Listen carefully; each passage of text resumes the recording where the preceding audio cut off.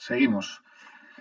Cuarto vídeo de la lección 3 de la asignatura de comportamiento mecánico de materiales. Lo habíamos dejado aquí. Voy a tratar de que la grabación pese menos y hacer ya un único vídeo hasta el final de la lección. Bueno, hasta ahora hemos hablado fundamentalmente de la fluencia y ahora tocaría hablar de la relajación, que como veíamos al principio, en la introducción, se trata de un fenómeno que obedece a los mismos procesos atómicos y microestructurales, responde por tanto a las mismas ecuaciones constitutivas que la fluencia, pero las condiciones de contorno varían. En la fluencia fijamos la tensión y miramos cómo evoluciona la deformación con el tiempo. En la relajación lo que fijamos es la deformación y vemos cómo evolucionan las tensiones con el tiempo. Es un poco lo que os representa esta gráfica. Fijamos en tiempo cero un valor de deformación determinado, lo mantenemos constante. Para alcanzar esa deformación inicial en T0 necesitamos una tensión inicial, pero para mantener dicho nivel de deformación las tensiones requeridas son cada vez menores. Y esta pérdida de tensión o el ratio entre esa pérdida de tensión y la tensión inicial es lo que llamaríamos relajación. Nos dice efectivamente que representan dos caras de la misma moneda y que responden, por tanto, a las mismas leyes. En las ecuaciones que veíamos antes que se derivaban del proceso de fluencia se pueden utilizar en el proceso de relajación. Bueno, esto es una serie de un desarrollo que si estuviésemos en clase presencial os lo explicaría con un poco más de detalle. Aquí de forma virtual no lo voy a hacer, pero sí os lo voy a explicar de esta otra manera, que es un poco más, más sencilla. Vamos a suponer que tenemos dos piezas, las cuales apretamos una contra otra. Ahí tenéis una imagen, pero pensad, por ejemplo, una vasija a presión. Esto es un ejemplo muy típico de una vasija de un reactor nuclear, que es básicamente un cilindro sometido a presiones internas y con un cierre abajo y una tapa arriba. La tapa de arriba se une al cuerpo cilíndrico con una brida perimetral arriba con pernos que la cierran. Esos pernos se pretensan de tal manera que la tapa queda muy apretada con respecto al cuerpo del cilindro. Y esos pernos se fijan. Se fija una posición con un pretensado determinado. Y como se fija su posición, se fija su deformación y opera a temperaturas elevadas. ¿Qué es lo que ocurre? Tenemos un material sometido a tensiones elevadas y a deformación constante. Ese pretensado inicial que cierra la tapa contra el cuerpo cilíndrico puede irse perdiendo con el tiempo. Y si se pierde demasiado pretensado, pues puede que lo que hay dentro del reactor pueda salir por esa junta tapa cuerpo cilíndrico y haya fugas radioactivas, por ejemplo, ¿no? Esto es un ejemplo tecnológico de lo que estamos viendo ahora. Bueno, pues si nosotros queremos analizar eso, qué tensión tenemos en los pernos a lo largo del tiempo, para en un determinado momento, cuando la pérdida sea demasiado elevada, volver a apretar ese conjunto, pues el análisis o una primera aproximación de análisis es bastante sencillo. Fijaos, tenemos que la deformación en el perno, que puede tener una parte elástica y una parte de fluencia, es constante. Vamos a suponer que no hay parte plástica inicial porque sabemos que no queremos plastificar el material desde un principio. Que es un material, además, son materiales de alta resistencia normalmente, que tiene un rango elástico pues, bastante pronunciado. Total, la deformación va a tener una parte elástica y una parte de fluencia. Y el total es constante. Si derivamos ambas partes con respecto al tiempo, es decir, si vemos cómo evoluciona con el tiempo la deformación, sabemos que la variación de la deformación con respecto al tiempo es nula, porque la posición y la deformación está fija. Y esa variación de la deformación tiene una variación elástica y una variación por fluencia o creep. La deformación elástica, por su parte, sigue la ley de Hooke en un acero y es igual, o en un material elástico lineal en general, es igual a la tensión entre el módulo de elasticidad correspondiente. Si estamos hablando de aceros estructurales, pues estaríamos en torno a los 210.000 megapascales. Y la deformación por fluencia es la velocidad de deformación en estado estacionario. Vamos a suponer que toda la fluencia es la fluencia secundaria. Y esto hemos visto la ecuación que tiene, es esta de aquí, lo hemos visto en vídeos anteriores. Vamos a suponer que, y además es así, que el componente está trabajando, en este caso el reactor, está operando siempre a la misma temperatura. Y por lo tanto, este término de aquí es constante. Entonces, la multiplicación de este término de aquí por la A, lo vamos a llamar C. La deformación, la variación de la deformación por fluencia, o la velocidad de deformación, sigue por tanto este término. Y para saber cómo evoluciona la parte elástica, hay que derivar esto con respecto al tiempo. Y si derivamos esto con respecto al tiempo, tenemos este término de aquí. Por lo tanto, esta ecuación se puede poner de esta otra manera. Aquí la variación de la deformación elástica, resultante de derivar esta parte de aquí, y aquí la variación de la deformación por fluencia que viene directamente de la ecuación constitutiva que hemos visto anteriormente. Bueno, veis que aquí tenemos que integrar con respecto de sigma y con respecto del tiempo. Pasamos la sigma a la n debajo de sigma y el diferencial de t al otro lado e integramos. T igual a 0, tensión, la inicial, esta de aquí. Y T igual a T, momento en el que queremos sacar la tensión, esta de aquí. Es decir, los límites de integración a la hora de resolver esta ecuación sencillísima son en el tiempo T igual a 0 y T igual a T, momento en el cual queremos determinar qué tensión tenemos. Y los límites de integración de sigma son sigma inicial, esta de aquí, y la sigma en T igual a T. Si resolvemos eso, insisto, os invito a que lo hagáis vosotros y si tenéis dudas contactáis conmigo por el medio que sea, nos sale esta ecuación muy sencilla, que nos da en un tiempo t, el que sea, 1000 horas, 10.000 horas, 100.000 horas, la tensión que tenemos cuando partimos de una tensión inicial dada y ha transcurrido un determinado tiempo t, sabiendo que estas constantes n, e y c, de nuevo aquí n, pues son constantes del material que, bueno, pues que hay que determinar experimentalmente. Pero veis cómo vamos a poder sacar en cada instante qué tensión tenemos. Si esto lo limitamos, por ejemplo, a 0,7 sigma i, es decir, no permitimos que la tensión baje por debajo del 70% del valor inicial, pues lo único que nos quedaría por despejar sería el tiempo transcurrido hasta alcanzar ese 70% de la tensión inicial. Momento en el cual se pararía el reactor, apretaríamos de nuevo, o mejor, cambiamos los pernos, volvemos a apretar el sistema y comenzaría el proceso a generarse otra vez. Bueno, hemos visto fluencia, hemos visto relajación, pero no hemos entrado en detalle sobre los micromecanismos que dan lugar a estos fenómenos. E insisto, y os lo decimos siempre, una cuestión que consideramos importante en esta asignatura es que entendáis que el comportamiento macroscópico del material, el comportamiento que nosotros observamos como ingenieros o ingenieras, ese comportamiento obedece a lo que es consecuencia de lo que está ocurriendo en otras escalas, desde la escala atómica a la escala microestructural. ¿De acuerdo? Entonces, ¿qué ocurre vamos a hablar ahora de materiales metálicos y cerámicos, que son los que se utilizan fundamentalmente en condiciones de fluencia? Pues existen dos mecanismos o micromecanismos que dan lugar a los procesos de fluencia. Uno sería la fluencia dislocacional, que os llama ahí ley potencial de tensiones, ahora retomamos esto, y fluencia difusional. Es decir, en el primero tienen que ver mucho las dislocaciones y en el segundo la difusión. Aunque veremos que en el primero, en el creep dislocacional, realmente también hay difusión. La diferencia entre uno y otro es que en uno hay movimiento de dislocaciones y en otro no, solo hay difusión.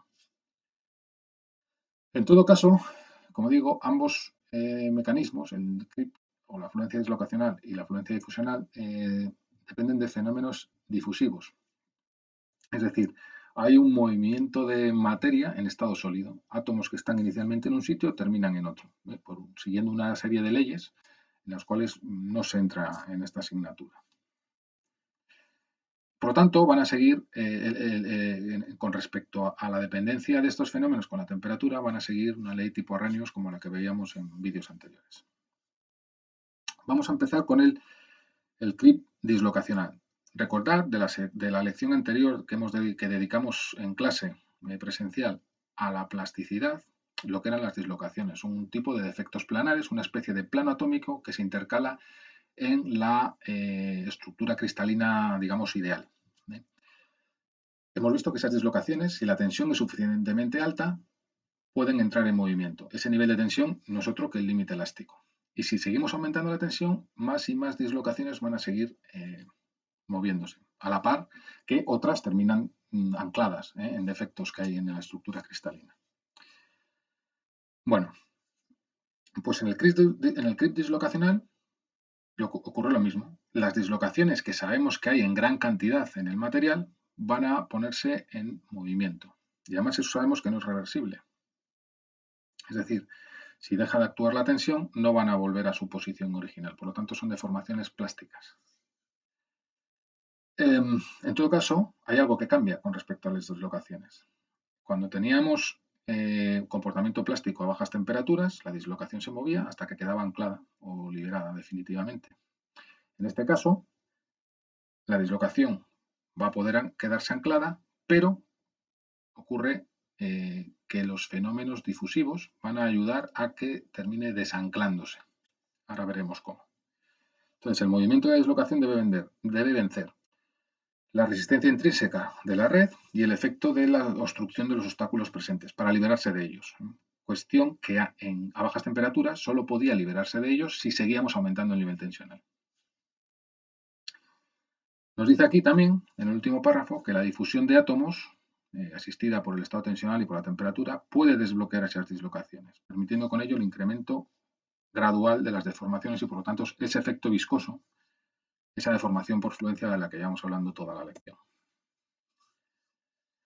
Vamos a suponer una dislocación, la que tenéis representada por este símbolo que ya conocéis y que viene por este camino. Estamos aplicando esta tensión y entonces la dislocación se va moviendo, se va moviendo, se va moviendo. Y llega a este punto, en el que se encuentra con un precipitado, un defecto que existe en el material. Supongamos un acero, por ejemplo. Bueno, aquí, claro, al chocar con el precipitado surge una reacción que tiene una componente vertical. Esa componente vertical de la fuerza va a poder hacer que la dislocación se libere o no del precipitado y continúe. Si estamos a bajas temperaturas y la fuerza, la componente vertical no es suficiente, no es suficientemente grande, la dislocación se queda anclada. No va a contribuir a deformación plástica adicional. Si queremos que se quede liberada, insisto, a bajas temperaturas vamos a tener que seguir aumentando el nivel tensional para que esta componente vertical sea cada vez más grande. Sin embargo, si estamos a altas temperaturas, para este nivel tensional, que de no haber altas temperaturas no obliga a la dislocación a liberarse del precipitado, para ese mismo nivel tensional, a altas temperaturas, la dislocación va a poder liberarse de este precipitado y seguir deslizándose. ¿Cómo es el proceso? Bueno, pues lo que ocurre básicamente es que esto, ¿sabéis? Esto está representando un plano atómico donde estoy señalando con el cursor. Bueno, pues el átomo que tenemos aquí abajo de todo va a poder irse por la energía térmica que tiene. Claro, estamos a altas temperaturas, hay mucha energía térmica y este átomo va a poder irse.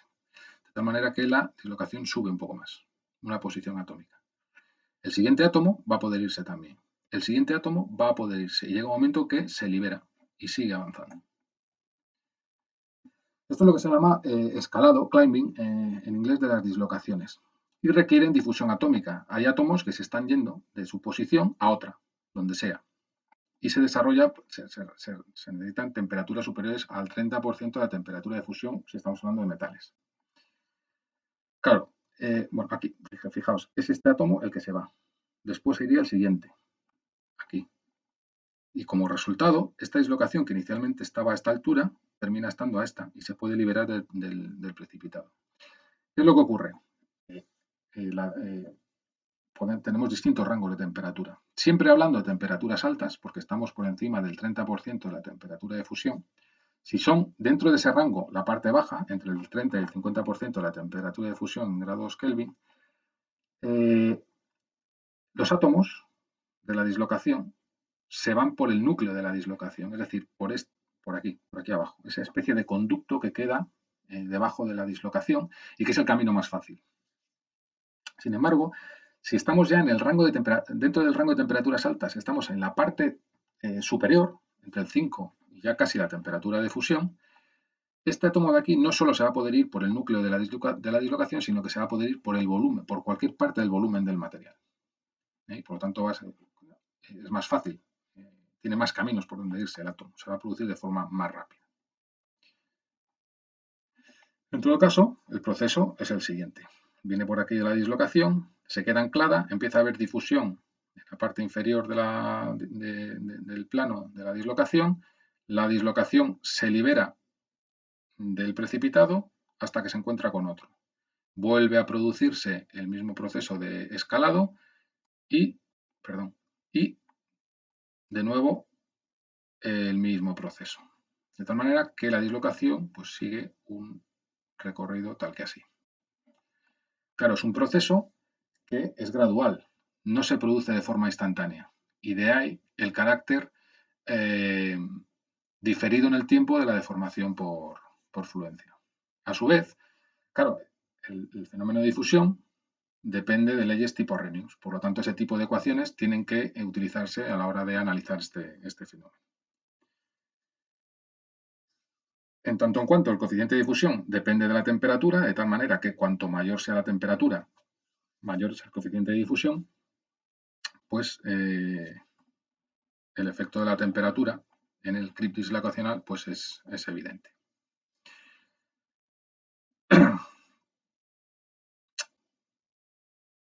Claro, no solo influye la temperatura a través del coeficiente de difusión, sino que influye el nivel tensional. Si sabíamos antes que, vimos en vídeos anteriores, que la velocidad de deformación sigue una ley de este tipo, siendo n un exponente que puede ser 1 o entre 3 y 8, veíamos que había un quiebro en una determinada gráfica, es el crip dislocacional el que se corresponde con la recta con pendiente entre 3 y 8, mientras que el difusional que veremos ahora es el que se corresponde con n igual a 1. De nuevo, esa gráfica, que no es más que la plasmación en una gráfica del comportamiento macroscópico del material, tiene su origen en lo que está ocurriendo a nivel atómico. Cuando son las dislocaciones lo que se mueve, n, además de haber altas temperaturas, n vale entre 3 y 8. Cuando las dislocaciones no se mueven y solo tenemos la difusión para generar el proceso de fluencia, n se queda en 1. ¿De acuerdo? Y ese es el en n igual a 1 es el crip difusional. Las tensiones son bajas, no son capaces de movilizar las dislocaciones. Las dislocaciones, que sí que están en el material, no se mueven y por lo tanto no contribuyen al proceso de fluencia. Sin embargo, sí hay difusión. Esa difusión a nivel atómico se corresponde con el movimiento de los átomos de un lugar a otro. A nivel microestructural, aumentamos un poco subimos los aumentos, a nivel micro, los granos del material se deforman. Y a nivel macro, de la pieza se deforma también. ¿De acuerdo? De nuevo, hay dos situaciones diferentes. Esa difusión, si las temperaturas son bajas, dentro de las temperaturas altas de la fluencia, esa difusión se produce por borde de grano, que es un camino más fácil. Este es un grano del material, bueno, pues se produciría por aquí, por el borde de grano, que es un camino preferente. Es lo que se llama difusión, fluencia difusional o fluencia de Kovel-Crip, de Kovel, la fluencia de Kovel-Crip. Si la temperatura es elevada, los átomos no solo se van a poder difundir por el borde de grano, sino que se difunden por todo el volumen del material. Tienen energía suficiente como para no ir solo por el borde de grano. Y eso es lo que se llama la fluencia de Navarro-Herring. Son dos tipos de fluencia difusional. No hay movimiento de dislocaciones. La velocidad de formación directamente pues es proporcional al coeficiente de difusión y siguen leyes de tipo Arrhenius, como vemos aquí. Lo que sí hay es una diferencia con respecto a la anterior, y es que la velocidad de formación depende del tamaño de grano. Es decir, esta constante que tenemos aquí inicialmente es constante para un determinado tamaño de grano. Es decir, que si el mismo material conseguimos reducir el tamaño de grano, la velocidad de formación por fluencia va a ser mayor. O dicho de otra manera, si queremos aumentar la resistencia frente a la fluencia, debemos aumentar el tamaño de grano. Esto no siempre es bueno, porque podemos estar aumentando podemos estar aumentando la resistencia a la fluencia, aumentando el tamaño de grano, y podemos a la vez estar reduciendo la resistencia del material frente a otros fenómenos, como podría ser la fractura, que veremos en la lección 4. Bueno, esto es un recordatorio de lo que habíamos visto anteriormente. Si a una temperatura constante veíamos el efecto en la velocidad de formación del nivel de tensión aplicado, teníamos dos tramos. Tenemos este primer tramo, dependiente 1, y este segundo tramo, dependiente entre 3 y 8. Aquí lo que está ocurriendo es que la fluencia es difusional y aquí en este momento se corresponde con un nivel tensional que moviliza las dislocaciones y por lo tanto pasamos a la fluencia dislocacional. ¿De acuerdo? Ahora ya sabéis por qué esta gráfica tiene dos tramos rectos de diferente pendiente. ¿De acuerdo? Bueno, ahora vienen una serie de gráficas que simplemente os muestran resultados experimentales de determinados materiales. Por ejemplo, aquí tenéis la velocidad de formación frente a la temperatura para distintos niveles tensionales en la alúmina y en el níquel. Y aquí, pues lo mismo, aleaciones de níquel-cobalto y de alúmina y níquel-cobalto. Bueno, sin mayor, no vamos a prestarle demasiada atención a esto. Y aquí lo mismo, lo que pasa que aquí nos está mostrando velocidad de formación frente a nivel de tensión aplicado, bueno, pues para distintos materiales. Mapa de comportamiento de influencia. Esto es un resumen de lo que hemos visto ahora mismo con respecto a los micromecanismos. Cada material tiene su mapa de fluencia con el cual podemos saber qué tipo de fluencia vamos a tener para una determinada combinación de tensión y de temperatura. Vamos a representar en el eje Y la tensión aplicada y la vamos a normalizar por el módulo de rigidez. Acordaos, E entre 2 por 1 más nu, siendo E el módulo de elasticidad y nu el coeficiente Poisson. Simplemente estamos normalizando el nivel de tensión aplicado para poder comparar distintos materiales de forma más homogénea. Y en el eje X lo que vamos a representar es la temperatura aplicada, pero también normalizada con respecto a la temperatura de fusión. Bueno, en esta circunstancia, vamos a ver qué ocurre.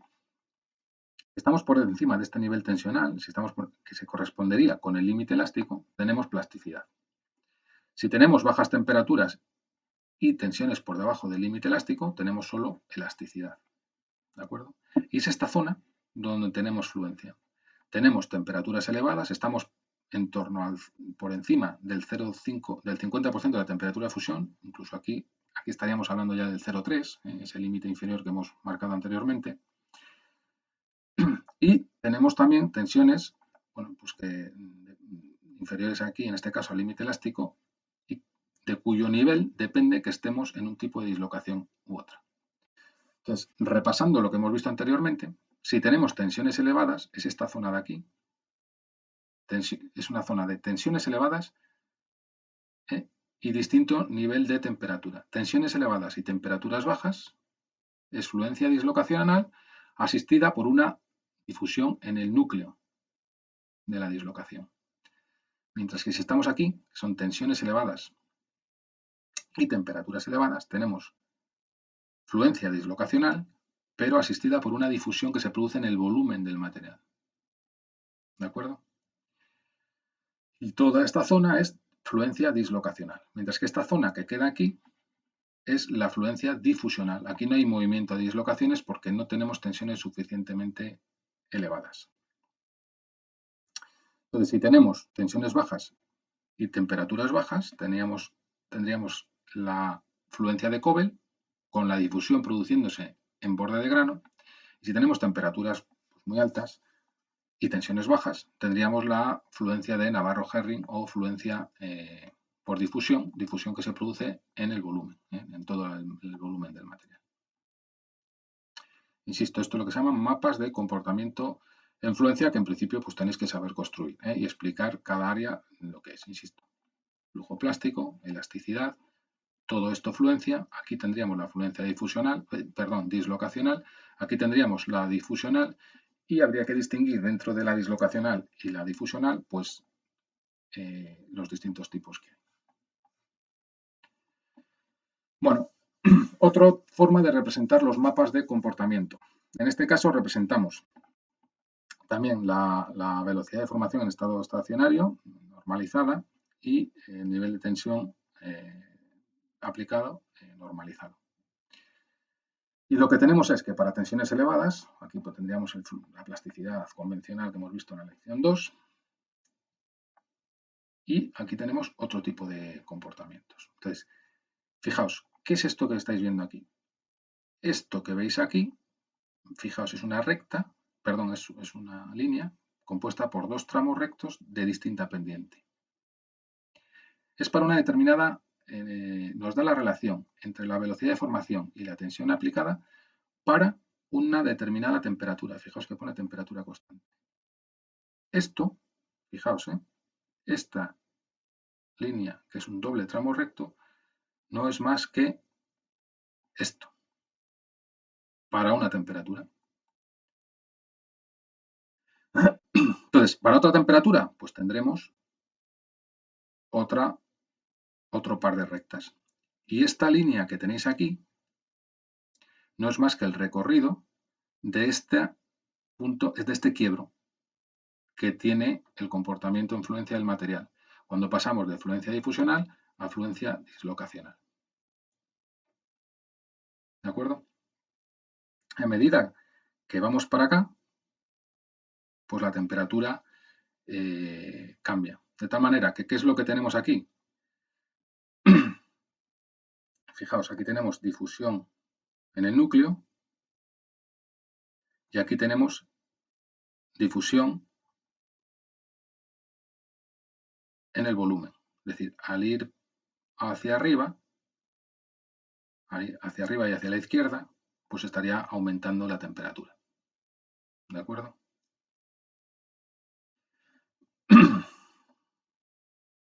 Fluencia dislocacional por aquí, fluencia difusional por aquí. E insisto, esta línea de aquí no es más que la trayectoria del quiebro de la línea compuesta por dos tramos rectos y que separa la fluencia dislocacional de la difusional. Bueno, y esta es la última transparencia con la que acabaríamos la teoría de fluencia. Muy al principio de la lección veíamos que si nosotros llevábamos a rotura una probeta del material, íbamos a tener una zona en la que la pendiente va disminuyendo, la velocidad de formación va disminuyendo, esa velocidad se hace mínima y constante en la fluencia secundaria, la primera era la fluencia primaria, y llega un momento en el que la velocidad de formación se acelera. El material, la deformación, la curva de formación tiempo va ganando pendiente y al final se produce la rotura final del material. Algo ocurre aquí, algo ha empezado a gestarse, de tal que ha dado lugar a que el material termine rompiéndose.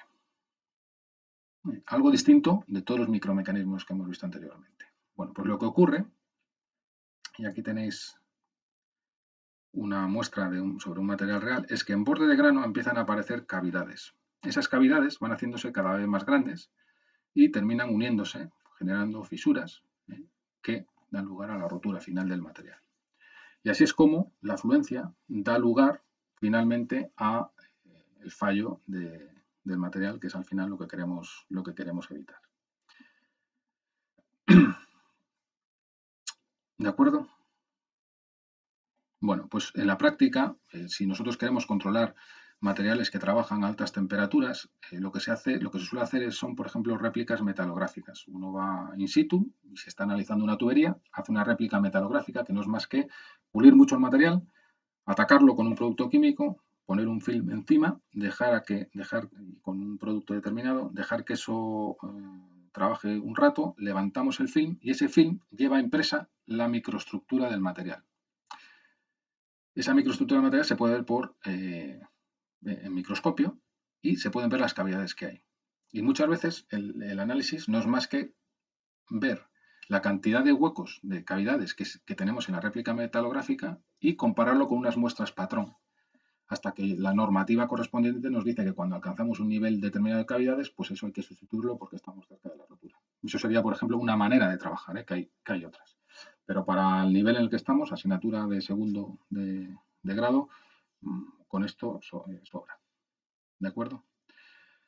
Bueno, pues con esto acabamos este experimento de docencia virtual. Entiendo que, claro, esto no es lo mismo que la docencia presencial. No me podéis preguntar en directo, pero sí que me podéis preguntar en diferido. Como comprenderéis, tengo todo el tiempo del mundo, así que, y si no, pues también. Y me podéis preguntar cuando queráis, por email, por eh, Skype o por el medio que consideréis más adecuado. ¿De acuerdo? Estamos viendo a ver cómo subimos los ejercicios. A lo mejor los subimos resueltos directamente en Moodle o os subimos la clase también de ejercicios a YouTube. ¿De acuerdo? Y vamos a ver cómo evoluciona esto. Si sigue todo igual, pues la lección 4 de mecánica de la fractura, pues os la iría subiendo también en vídeos. ¿De acuerdo? Pues nada, saludos y salud a todos y todas.